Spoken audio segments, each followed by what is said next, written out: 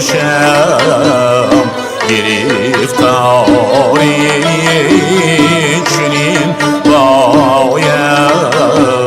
ز خاطرها فراموشم سبکباری چنین باید بسر خاکی تمنا دارم نظرها گردی حیرانی اینایی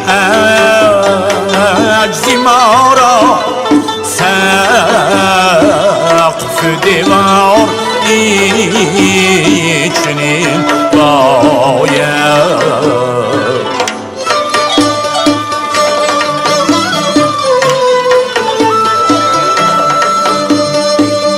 من در خاک غلطیدم تو حالم نپرسیدم و عاشقم چنان زیبد زی دلدار چنین باید یار یاره همدم یاره من جانی شما گردم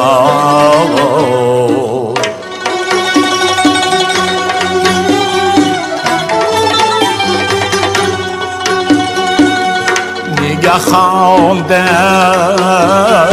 می جنم ری دل گفتم نفس خون شد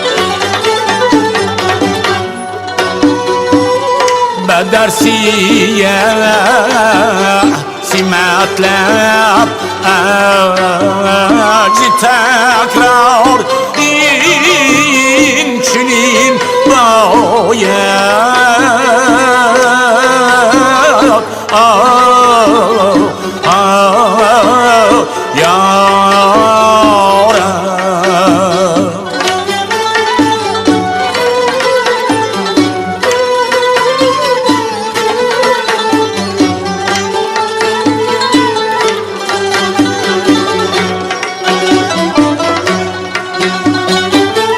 زی همواری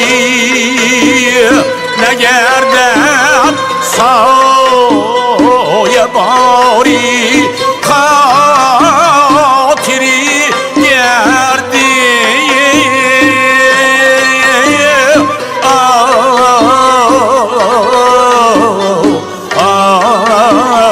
جانم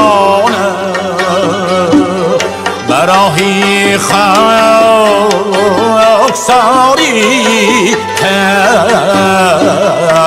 رفتار چنین باید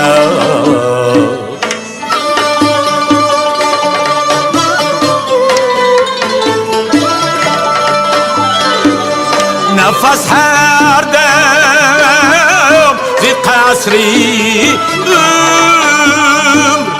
خیشتی می کند به دیل هی تعمیرین ویران بیمار چنین باید یار یاره همدم یاره من جانی شما گردم